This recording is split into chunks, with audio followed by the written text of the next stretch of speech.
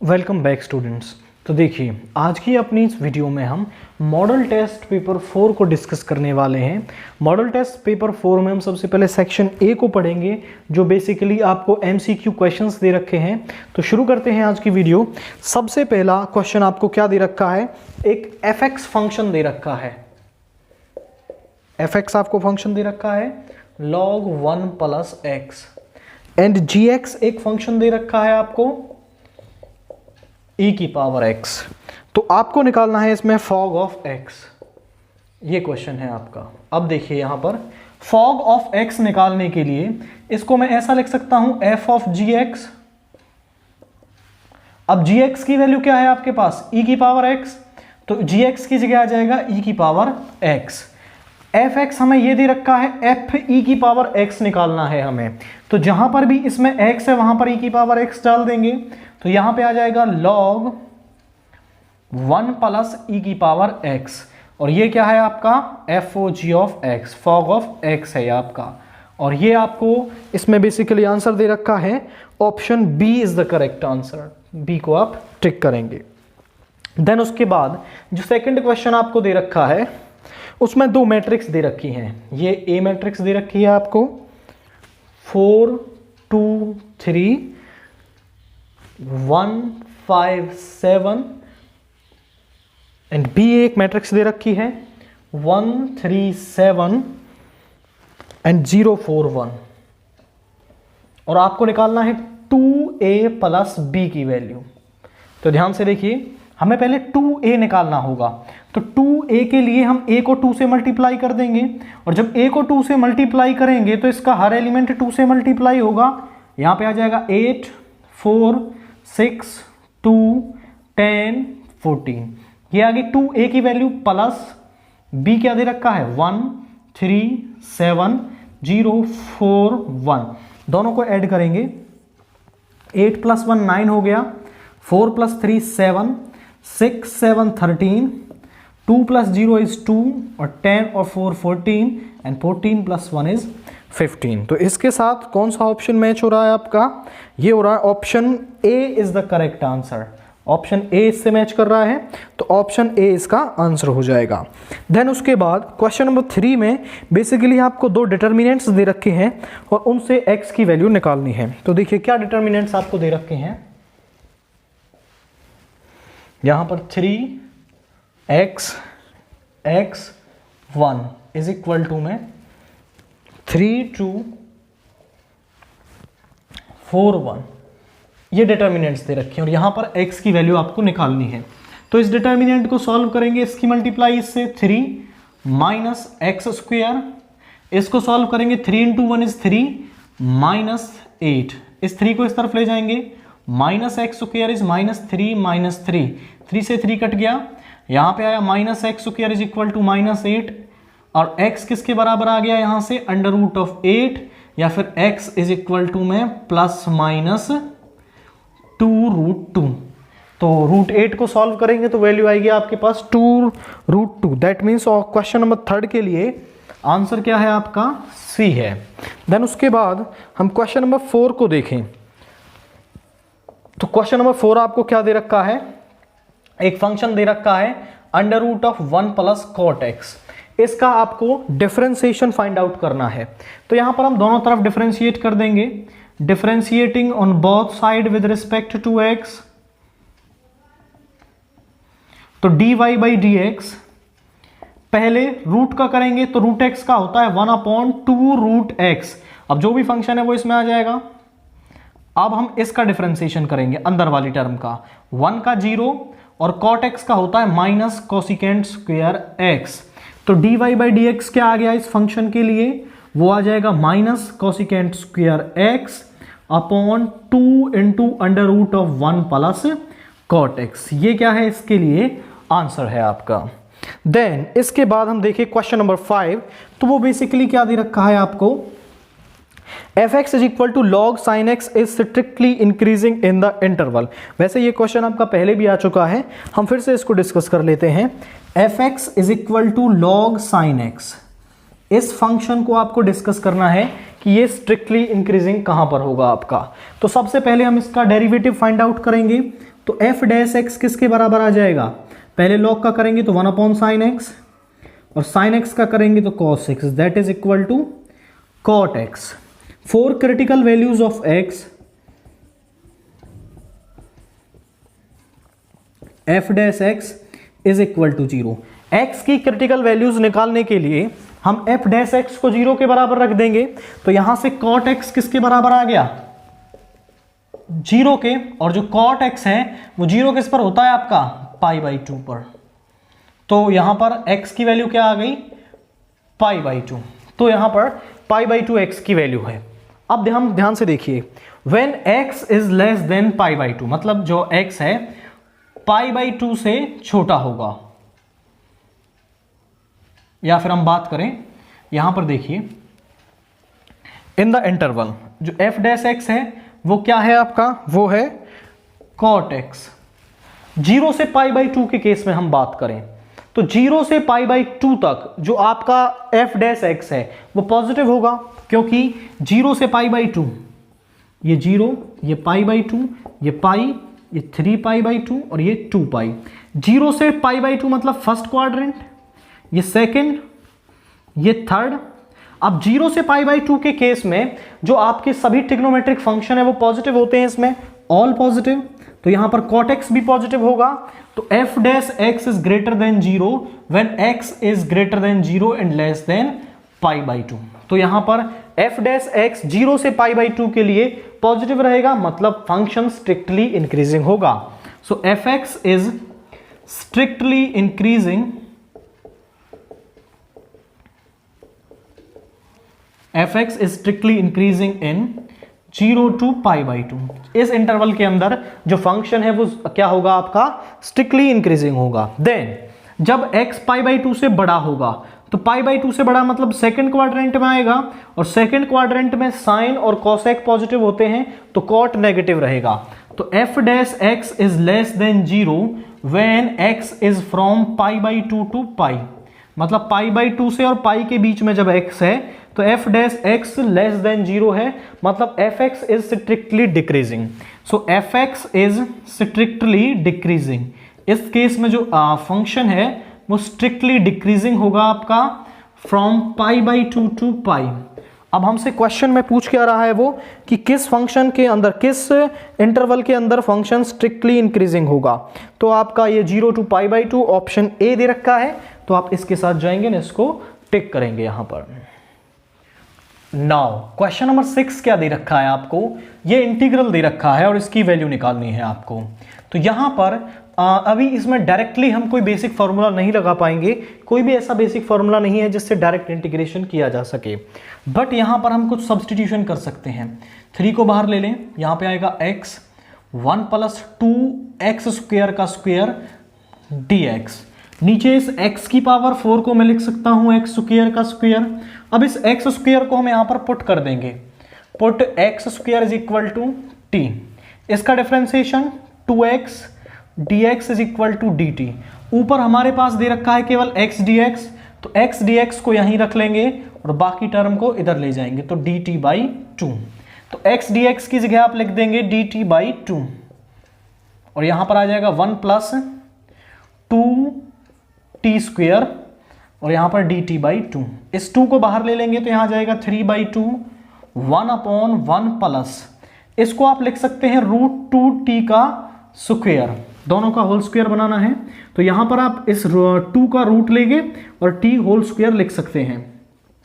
अब यहां पर because 1 upon 1 plus X square का इंटीग्रेशन होता है tan inverse x plus c, तो इसका इंटीग्रेशन क्या हो जाएगा, वो हो जाएगा 3 बाई 2 tan इनवर्स t का काम क्या कर रहा है, ये पूरी टर्म कर रही है √2t प्लस c, और इस x का डिफरेंशिएशन नीचे जो ये टर्म है इसका डिफरेंशिएशन क्या होगा, √2 होगा, और t का हो जाएगा 1, ये √2 बाहर आ जाएगा तो यहां आ जाएगा 3 बाई 2√2 tan इनवर्स √2, t क्या है आपका x स्क्वायर की √2 x स्क्वायर प्लस c। तो ये क्या है, इस क्वेश्चन का आंसर है इस इंटीग्रेशन के लिए, इस इंटीग्रांड के लिए ये इंटीग्रल की वैल्यू आई है आपकी यहाँ पर।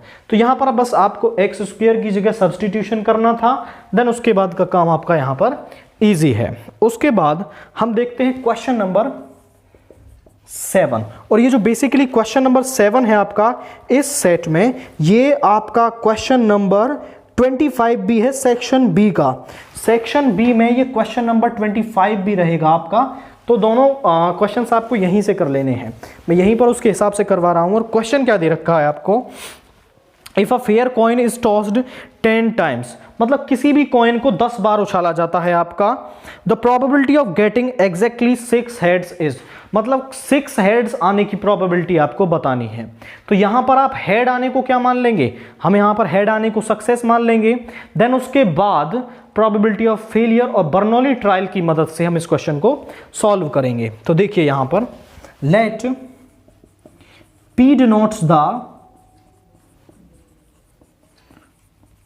probability of success, that means getting ahead। Head आने को हमने क्या कहा है, सक्सेस कहा है आपका। Q denotes the probability of failure,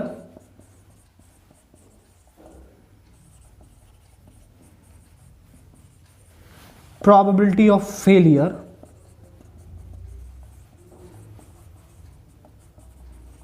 Q denotes the probability of failure।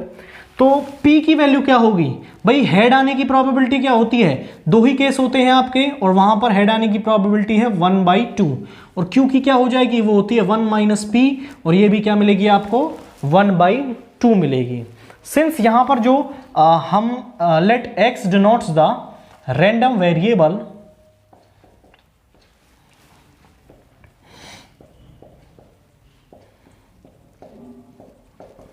Of number of success, number of success के लिए हमने इसको क्या मान लिया है, फॉर्मूला मान लिया। तो P x is equal to R, वो होता है NCR P की पावर R Q की पावर N-R।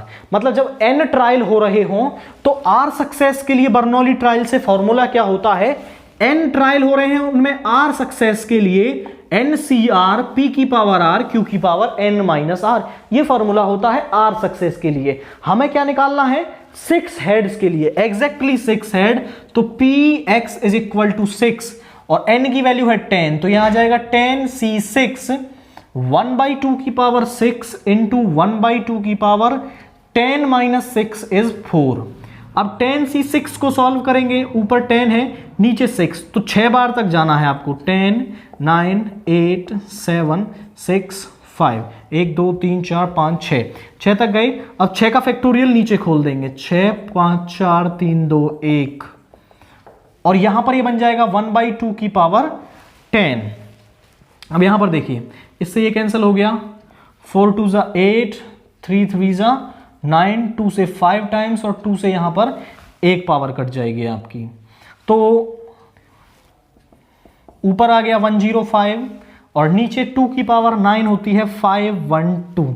तो इस क्वेश्चन का आंसर क्या है आपका, Px इज इक्वल टू 6 की probability of getting exactly 6 heads is 105,512। अब क्वेश्चन नंबर 25 भी क्योंकि सेम दे रखा है, यहां पर इसको ऑप्शन के रूप में लिख दिया है, वहां पर ये केवल क्वेश्चन है, तो वहां पर आपको इस तरीके से लिख देना है और यहां पर इस आंसर को आपको टिक करना है। अब इसके बाद हम क्वेश्चन नंबर 8 देखते हैं आपका। यहां पर आपको PA दे रखा है, क्वेश्चन नंबर 8 PA दे रखा है आपको 1/2, PB आपको दे रखा है 0 और आपको निकालना है PA/B। तो ध्यान से देखिए, PA/B का फॉर्मूला होता है PA इंटरसेक्शन B अपॉन में PB। अब देखिए PA इंटरसेक्शन B हमें यहां पर दे नहीं रखा, बट जब कंडीशनल प्रोबेबिलिटी बन रही है तो मतलब इसकी कुछ ना कुछ वैल्यू तो आपके पास होगी। तो इसको हमें दे नहीं रखा तो हम इसको ऐसे ही रख देते हैं यहां पर, और PB दे रखा है 0।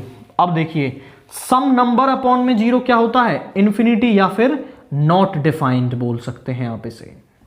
तो PA/B डिफाइंड ही नहीं होगा क्योंकि PB क्या दे रखा है आपको, 0 दे रखा है, और समथिंग अपॉन 0 इज इन्फिनिटी। तो इस क्वेश्चन का आंसर क्या रहेगा, option D that means not defined. अब उसके बाद क्वेश्चन नंबर 9 क्या दे रखा है आपको, the mean of the numbers obtained on throw a dying having 1 on 3 faces, 2 on 2 faces and 5 on 1 face. Okay, तो यहां पर जो डाइस है आपकी वो जैसी डाइस होती है वैसी नहीं दे रखी है। यहां पर डाइस स्पेशल टाइप की डाइस है उनकी, जहां पर जो डाइस है वो किस तरीके की है, डाइस में 6 फेस होते हैं आपके, 6 फेस होते हैं उसमें, और इस डाई में आपका 1 तो 3 जगह लिखा हुआ है, 1 3 बार लिखा हुआ है, और 2 लिखा हुआ है 2 फेसेस पर, जो 2 है वो आपका लिखा हुआ है 2 फेसेस पर, एंड 5 लिखा हुआ है आपका 1 फेस पर, मतलब टोटल 6 फेजेस पर इस तरीके से आपके लिखे हुए हैं। अब यहां पर देखिए, अब वो क्या कह रहा है आपसे कि मीन निकालना है आपको of the numbers obtained on throwing a die. अब इस डाई को आप फेंकें, ध्यान से देखिए, इस डाई पर 1 लिखा हुआ है, 2 लिखा हुआ है और 5 लिखा हुआ है, केवल यही नंबर्स इस पर लिखे हुए हैं। अगर हम इस डाई को फेंकेंगे या तो 1 आएगा या फिर 2 आएगा या फिर 5 मिलेगा आपको, केवल इन तीनों में से ही पॉसिबिलिटी हो सकती है, क्योंकि यही 3 चीजें उस पर लिखी हुई हैं। एक 3 फेसेस पर लिखा हुआ है, 2 फेसेस पर लिखा हुआ है, एंड 5 जो है वो 1 फेस पर लिखा हुआ है आपका।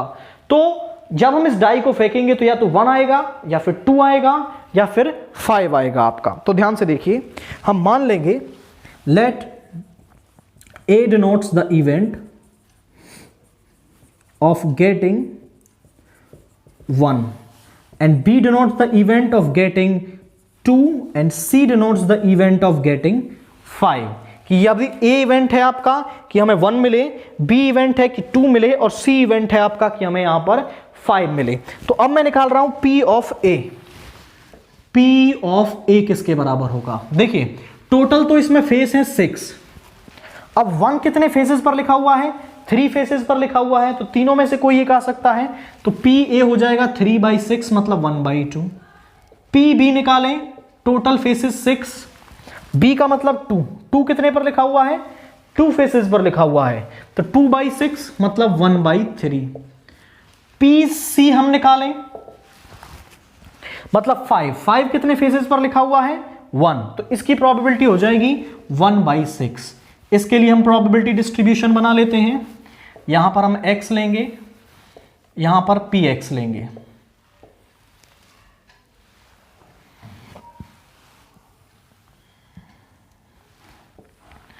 x, इसको आप ऐसा भी बोल सकते हैं px इज इक्वल टू 1 आने की, px is equal to 2, and इसको बोल सकते हैं px इज इक्वल टू 5।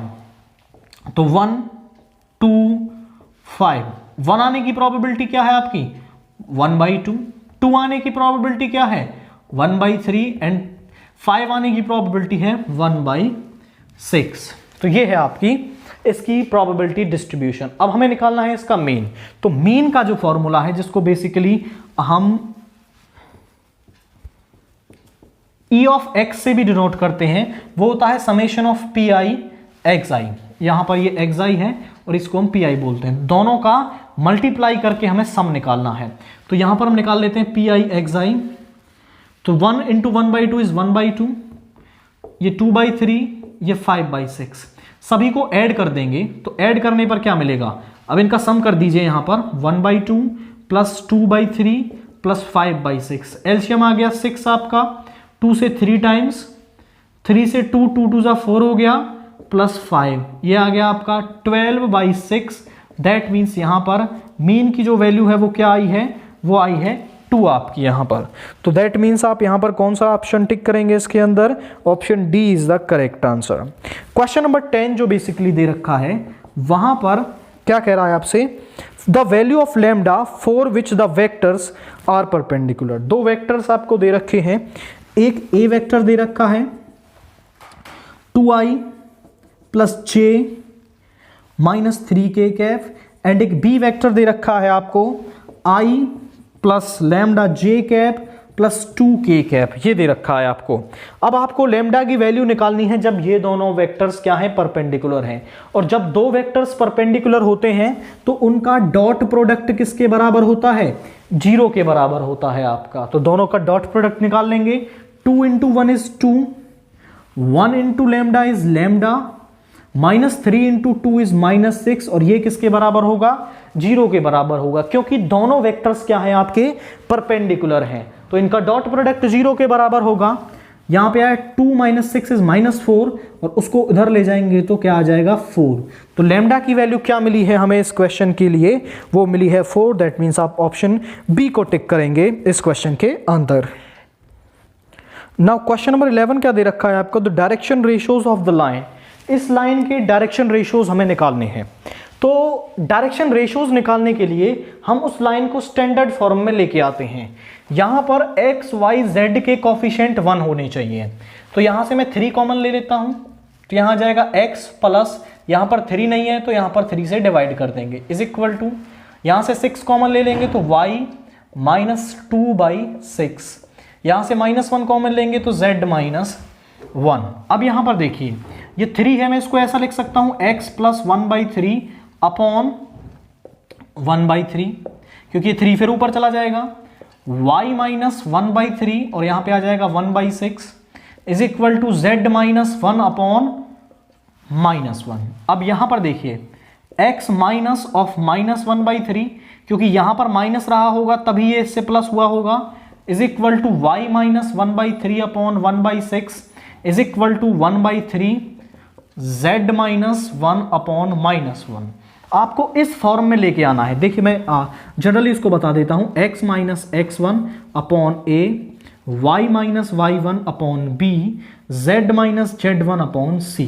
ये होती है उस लाइन की स्टैंडर्ड फॉर्म, जहां पर x1, y1, z1 पॉइंट से तो वो लाइन पास कर रही होती है और यहां पर a, b, c क्या होते हैं? उसके डायरेक्शन रेशियोज होते हैं। यहां पर इनका कोफिशिएंट 1 होना चाहिए, माइनस के साइन होने चाहिए, तो जो नीचे टर्म होती है वो क्या होते हैं? उसके डायरेक्शन रेशियोज होते हैं। तो यहां पर हम इसी फॉर्म में ले आए हैं इसको, तो यहां से इसके डायरेक्शन रेशियोज क्या हो जाएंगे? 1/3, 1/6 और -1। अब देखिए ये डेनोमिनेटर की फॉर्म में दे रखे हैं, तो एक ऐसे नंबर से मल्टीप्लाई करें कि यहां से जो डेनोमिनेटर वाली टर्म है वो गायब हो जाए। तो हम थ्रू आउट 6 से मल्टीप्लाई कर देंगे, तो यहां पे 6 से मल्टीप्लाई करने पर बचेगा 2, यहां पर बचेगा आपका 1 और यहां पे बचेगा -6।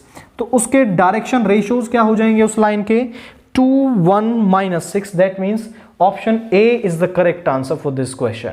डायरेक्शन रेशियोज निकालने के लिए आपको इस स्टैंडर्ड फॉर्म में उस लाइन को लाना होगा, एंड इस स्टैंडर्ड फॉर्म में आने के बाद जो ये नीचे डेनोमिनेटर में टर्म्स लिखी हुई हैं, यही क्या होते हैं? उस लाइन के डायरेक्शन रेशियोज आपके होते हैं।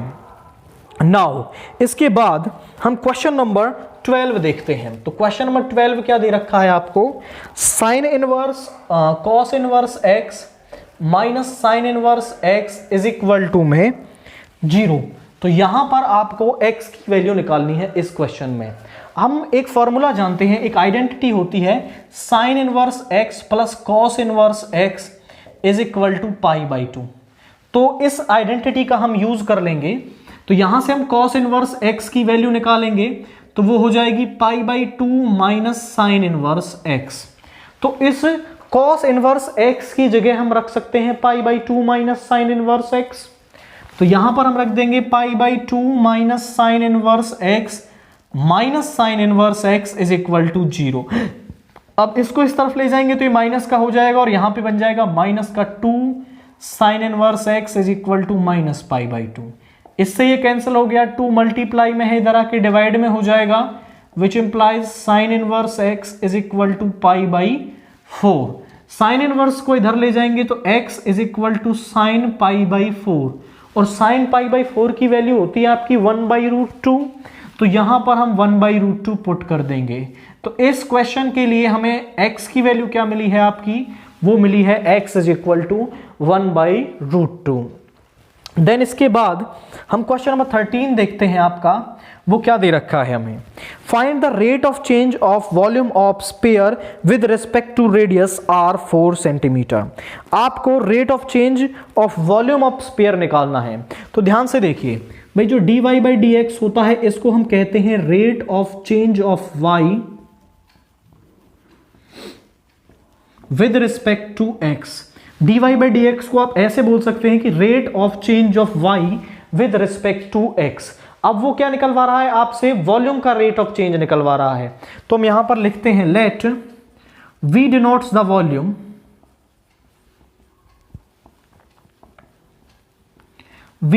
volume ऑफ स्फीयर, और वॉल्यूम ऑफ स्फीयर होता क्या है आपका 4/3πr³, ये होता है। अब वो कह रहा है कि वॉल्यूम का रेट ऑफ चेंज निकालिए विद रिस्पेक्ट टू रेडियस। तो मतलब विद रिस्पेक्ट टू रेडियस आपको क्या करना होगा, ये dV/dr की वैल्यू क्या है, rate of change of volume with respect to radius, with respect to r मतलब रेडियस, ऐसा भी बोल सकते हैं विद रिस्पेक्ट टू रेडियस। तो dV/dr क्या है, rate of change of volume है विद रिस्पेक्ट टू x। तो हमें यहां पर dV/dr निकालना होगा। तो dV/dr क्या आएगा आपका 4/3, पाई तो कांस्टेंट है, आगे आ जाएगा, r³ का क्या हो जाएगा 3r²। 3 से 3 कैंसिल हो गया, यहां पे आया आपका 4πr²। अब इसकी वैल्यू आपको निकालनी थी कब, जब आपको r की वैल्यू 4 दे रखी है, तो r की वैल्यू इसमें 4 रख देंगे। और इसकी यूनिट की बात करें तो वॉल्यूम की यूनिट होती है सेंटीमीटर क्यूब, और नीचे है रेडियस, रेडियस को भी किस में मापते हैं हम, सेंटीमीटर में। तो इससे यहां पर 1 सेंटीमीटर कैंसिल हो जाएगा, 4πr² सेंटीमीटर स्क्वायर। इस तरह के जो क्वेश्चन होते हैं आपके रेट ऑफ चेंज वाले, इनमें यूनिट लिखना बहुत जरूरी होता है, वरना यहां आपका 1 मार्क्स इसमें से काटा भी जा सकता है। तो यहां पर देखिए r की वैल्यू क्या है 4 है, r इज इक्वल टू 4 पर हम इसकी वैल्यू निकालेंगे। तो dV/dr इज इक्वल टू 4π/4 का स्क्वायर, ये हो जाएगा 16 × 4 इज 64π सेंटीमीटर स्क्वायर। तो इस क्वेश्चन का आंसर है आपका 64π सेंटीमीटर स्क्वायर। अब इसके बाद हम देखते हैं आपका क्वेश्चन नंबर 14। और क्वेश्चन नंबर 14 आपको क्या है, एक इंटीग्रल दे रखा है I is equal to -1 to 1 x³/1 + x² dx। इस इंटीग्रल की वैल्यू आपको फाइंड आउट करनी है।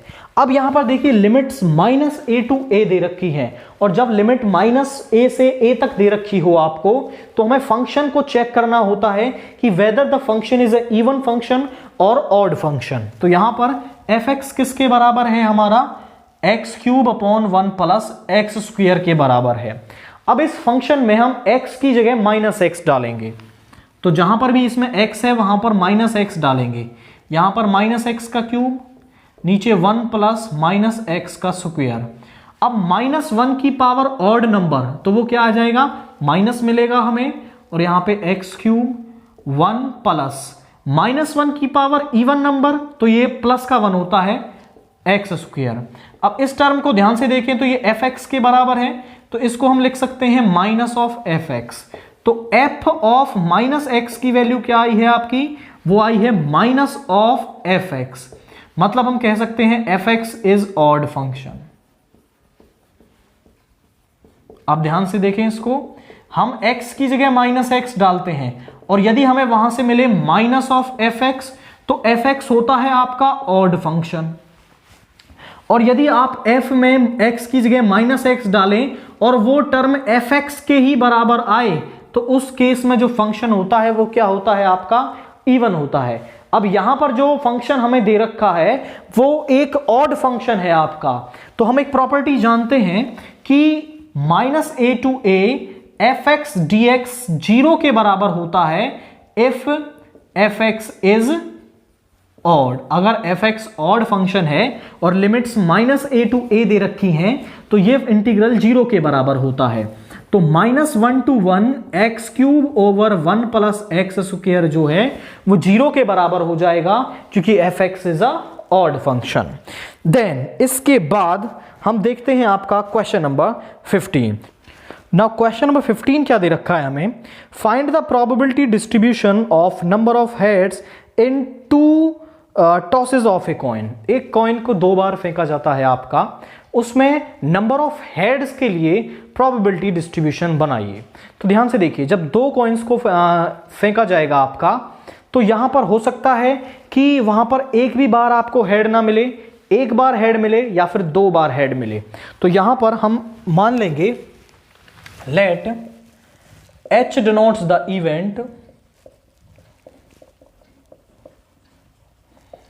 Of getting head, H event है आपका कि हमें हेड मिले, and H not denotes the event of not getting head. H not किसको डिनोट कर रहा है कि आपको हेड ना मिले। अब इसके लिए let X is the random variable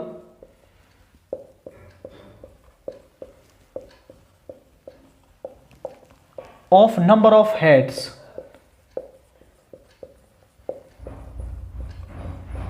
clearly x can have values, x की वैल्यूज क्या क्या हो सकती हैं।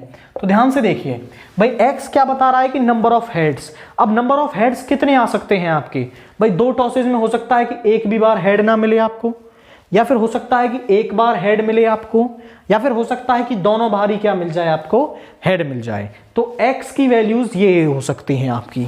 अब हम निकालते हैं px इज इक्वल टू 0, मतलब एक भी बार हेड ना मिले आपको। तो भाई पहली बार भी हेड नहीं मिलेगा और दूसरी बार भी हेड नहीं मिलेगा। यहां पर देखिए हमने ph की वैल्यू नहीं निकाली है, तो p ऑफ h मतलब probability of getting a head वो होती है आपकी 1/2, और p ऑफ h नॉट भी कितनी हो जाएगी आपकी, वो हो जाएगी 1 माइनस ph मतलब 1/2। अब ph नॉट मतलब पहली बार भी हेड ना मिले, दूसरी बार भी हेड ना मिले आपका, तो इसको लिख सकते हैं आप ph not into ph not. अब ph नॉट की वैल्यू क्या है आपकी, वो है 1/2, और इसकी भी वैल्यू क्या है 1/2। तो px इज इक्वल टू 0 की वैल्यू आ गई 1/4। देन उसके बाद px is equal to 1, probability of getting one head, एक हेड मिले आपको। तो ध्यान से देखिए, हो सकता है वो हेड पहली बार आ जाए दूसरी बार ना आए, या फिर हो सकता है कि पहली बार ना आए दूसरी बार आ जाए। अब इसको आप क्या लिख सकते हैं, इसको लिख सकते हैं ph into ph not plus ph not into ph। अब ph की वैल्यू क्या है आपकी, वो है 1/2, ph नॉट की भी value 1/2, 1/2 into 1/2, LCM 1/4 plus 1/4, 4 LCM आ गया, 1 प्लस 1 इज 2/4, सॉल्व किया तो 1/2।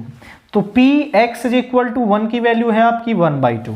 इसके बाद हम निकालते हैं px इज इक्वल टू 2, मतलब दोनों हेड मिले आपको, तो पहली बार भी हेड और दूसरी बार भी हेड। इसको लिख सकते हैं आप ph इंटू ph, और इसकी वैल्यू 1, ph की वैल्यू है आपकी 1/2 इंटू 1/2 मतलब 1/4। और इसके लिए हम प्रोबेबिलिटी डिस्ट्रीब्यूशन हमें बनाना है, तो प्रोबेबिलिटी डिस्ट्रीब्यूशन बनाते हैं। इसके लिए यहां पर x, यहां पर px, x की वैल्यूज हैं 0, 1, 2। जब x इज इक्वल टू 0 है तो px प्रोबेबिलिटी की डिस्ट्रीब्यूशन की वैल्यू क्या आई है 1/4। जब x इज इक्वल टू 1 है तो वैल्यू आई है 1/2, और जब x इज इक्वल टू 2 है तो वैल्यू आई है 1/4। तो ये है probability distribution number of heads के लिए जब दो कॉइंस को उछाला जाता है। अब इसके बाद हम देखते हैं आपका क्वेश्चन नंबर 16, और वो क्या दे रखा है, if PA is equal to 0.3, PA हमें दे रखा है 0.3, PB हमें दे रखा है 0.6, and A and B are independent events, then find the value of PA and B। और A और B क्या है आपके इंडिपेंडेंट इवेंट हैं, और हम जानते हैं if A and B are independent event, then PA intersection B किसके बराबर होता है, वो होता है PA इंटू PB के। अब वो आपसे निकलवा रहा है क्वेश्चन में PA and B, PA and B इस तरीके से लिखा हुआ है, और PA एंड B का मतलब होता है PA इंटरसेक्शन B। एंड का मतलब होता है इंटरसेक्शन, और का मतलब होता है यूनियन आपका। तो यहां पर हमसे निकलवाया है एंड, और पूछेगा तो और भी आप बता पाएंगे, अगले क्वेश्चन में पूछता है तो और का मतलब होता है यूनियन और एंड का मतलब होता है इंटरसेक्शन।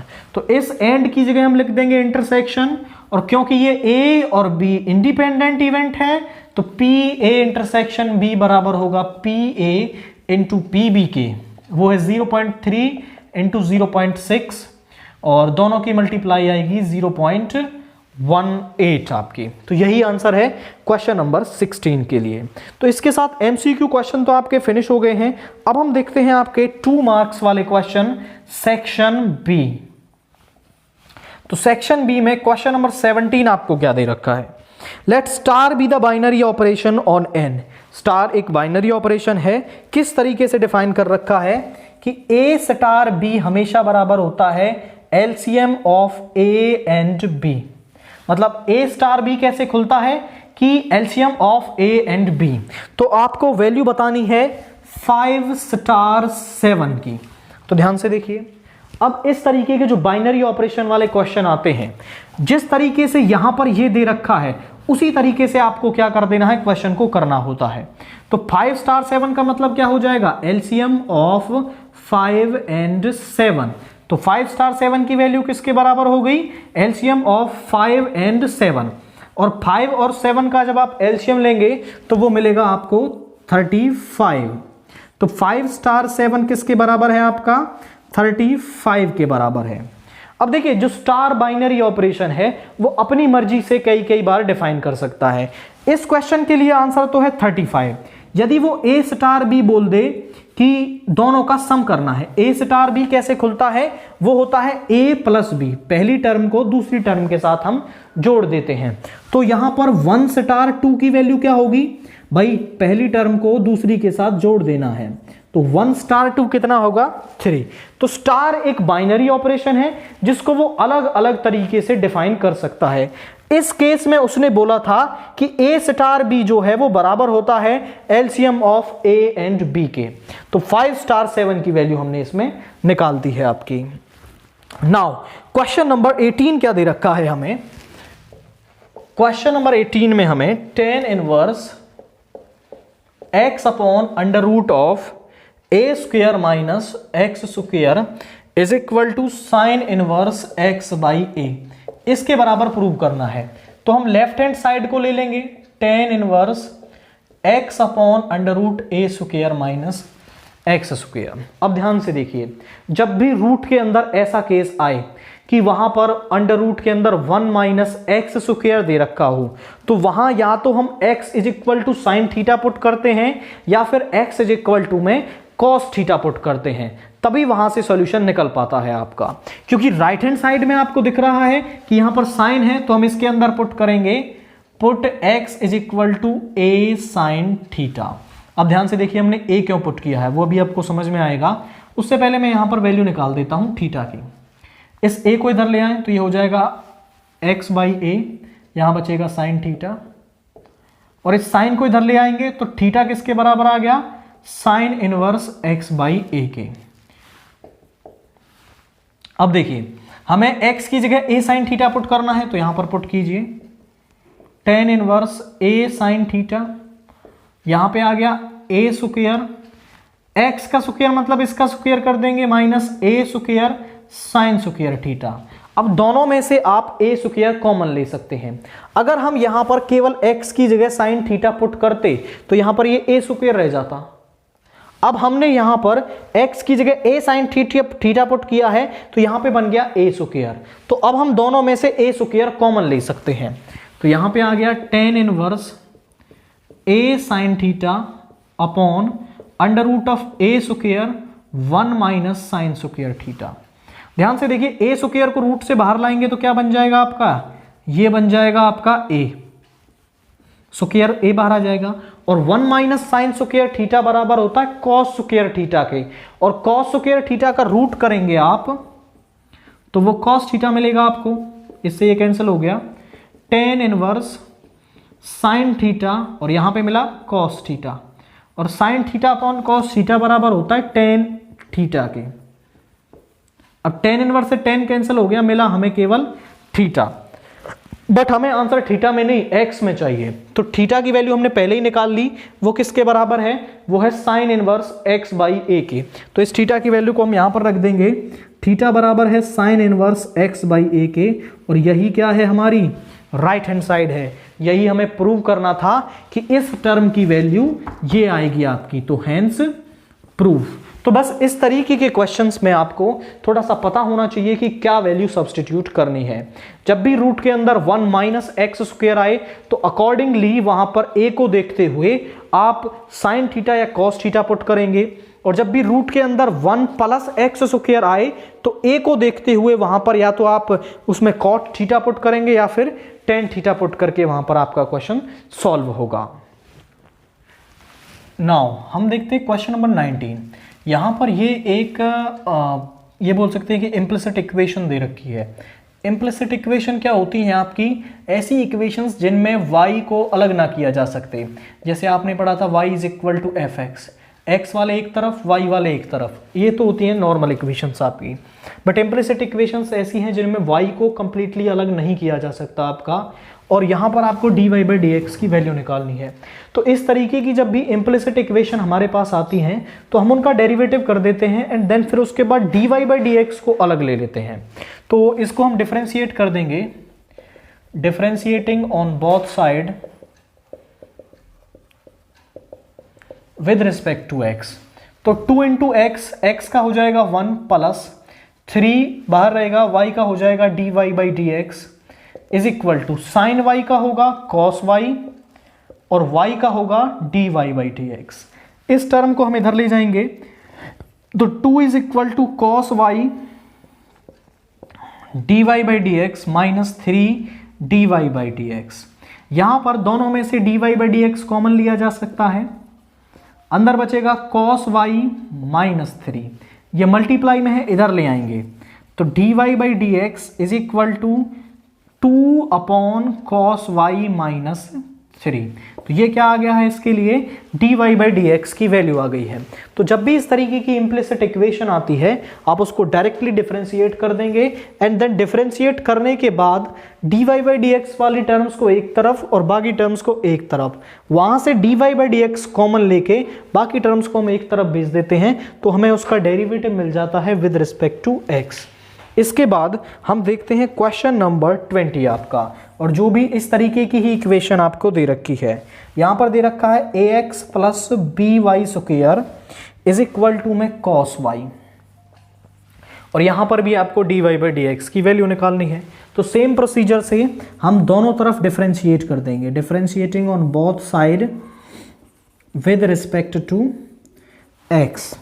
अब a तो कांस्टेंट है बाहर रहेगा, x का हो गया 1 plus b same y square में पहले पावर का करेंगे तो 2y और y का होता है dy by D X is equal to cos y का माइनस साइन y और y का dy बाई डी एक्स।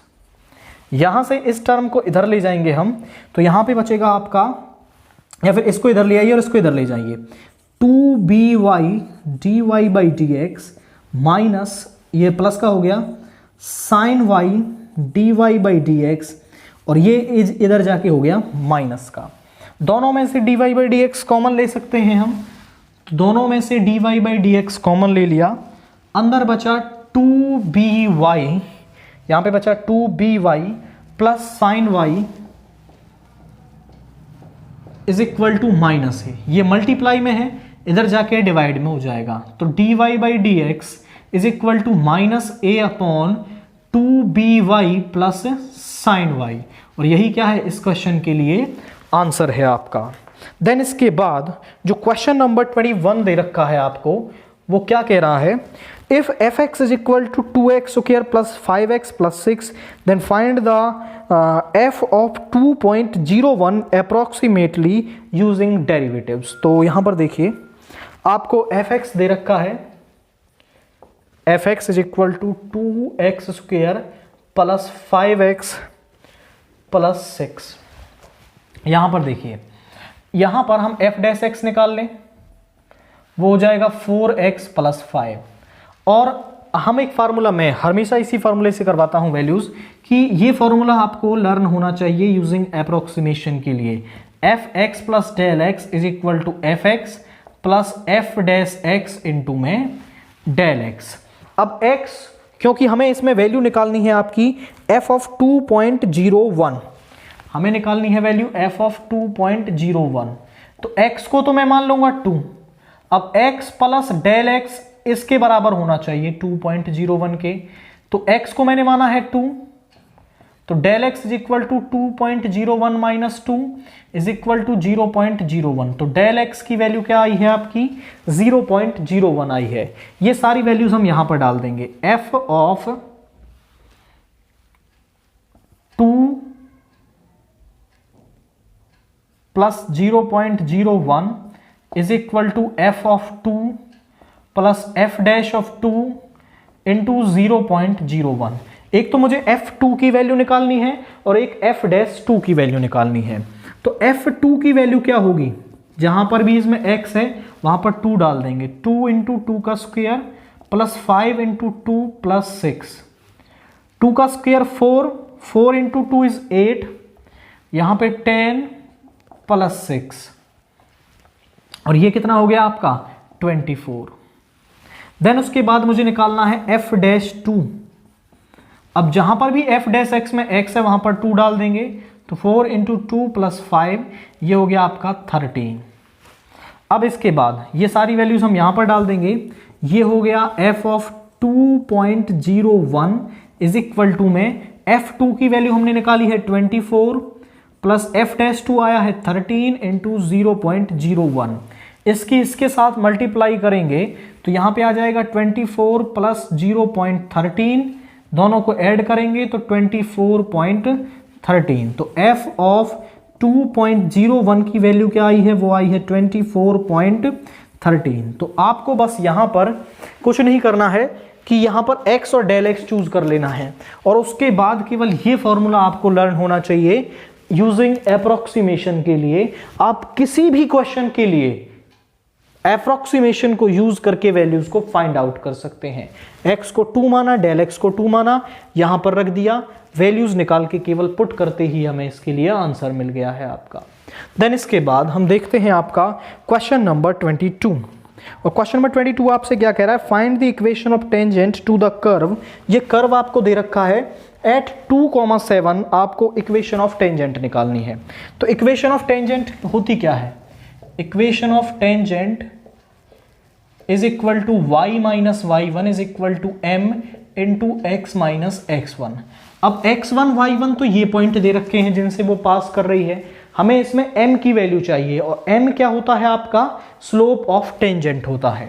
तो m is equal to slope of tangent और स्लोप ऑफ टेंजेंट क्या है आपका dy by dx। dy by dx निकालेंगे तो ये हो जाएगा 3x स्क्वायर माइनस 3। इस dy बाई dx की वैल्यू आपको निकाल लेनी है उस गिवन पॉइंट पर, तो वो आ जाएगा 3, x की वैल्यू है 2 का स्क्वायर माइनस 3, 2 का स्क्वायर 4 3 जा 12 माइनस 3 इज 9। तो स्लोप क्या आ गया है आपका 9 आ गया है। x1 की वैल्यू है 2, y1 की वैल्यू है 7, सारी वैल्यूज इसके अंदर पुट कर देंगे तो y minus 7 is equal to m की वैल्यू है 9 और यहां पर है x माइनस 2। तो देखिए y minus 7 is equal to 9x minus 18, दोनों टर्म्स को इधर ले जाएंगे तो 9x माइनस 18 और यहां पे आ जाएगा माइनस का y plus 7 is equal to 0। 9x minus y minus 18 plus 7 हो जाएगा माइनस का 11 इज इक्वल टू 0। और यही क्या है आपकी इक्वेशन ऑफ टेंजेंट है इस पर्टिकुलर क्वेश्चन के लिए। यदि वो आपसे इक्वेशन ऑफ नॉर्मल पूछ लेता तो इक्वेशन ऑफ नॉर्मल के लिए भी इक्वेशन क्या रहती, y minus y1 is equal to में m x minus x1। But अब यहां पर जो m होता वो होता आपका स्लोप ऑफ नॉर्मल, और आप जानते हैं कि स्लोप ऑफ नॉर्मल है वो बराबर होता है -1 अपॉन स्लोप ऑफ टेंजेंट। तो क्वाइट सिंपल है आपके लिए, बस इन फॉर्मूलेज को आपको लर्न होने चाहिए कि स्लोप ऑफ टेंजेंट निकालना और यही इक्वेशन। स्लोप ऑफ नॉर्मल बराबर होता है -1 अपॉन स्लोप ऑफ टेंजेंट, और स्लोप ऑफ टेंजेंट को पुट करते ही ये इक्वेशन ऑफ नॉर्मल बन जाएगी आपकी। सेम इसके लिए भी आपसे वो पूछ सकता है, तो इसी में मैंने बता दिया है कि इस तरीके से आप उस वैल्यू को फाइंड आउट कर सकते हैं। देन उसके बाद क्वेश्चन नंबर 23 क्या दे रखा है आपको, वो दे रखा है एक integrand I is equal to e की power 10 inverse x upon 1 plus X square dx। तो यहां पर हमें इजीली दिख रहा है कि tan इनवर्स x को यदि हम पुट कर दें तो ये 1/1 प्लस एक्स स्क्वायर यहां से चला जाएगा। तो हम इसमें पुट कर देंगे tan इनवर्स x को t। अब tan इनवर्स x का डिफरेंशिएशन होता है 1/1 plus X square dx is equal to dt। तो 1/1 प्लस एक्स स्क्वायर dx को आप लिख सकते हैं dt, यहां पे बन जाएगा e की पावर t और ये पूरी टर्म बन गई dt। अब e की पावर t का इंटीग्रेशन क्या होता है, वो होता है e की पावर t प्लस c। अब e की पावर t, अब हमें इसमें t की वैल्यू पुट करनी है तो ये बन जाएगा आपका e की power tan inverse x plus c। तो यही क्या है, इसके लिए इंटीग्रल की वैल्यू है आपकी। तो यहां पर tan इनवर्स x को पुट करना है एंड ये टर्म यहां से एलिमिनेट हो जाएगी। इस तरीके से आप इसके लिए इंटीग्रेशन फाइंड आउट कर सकते हैं।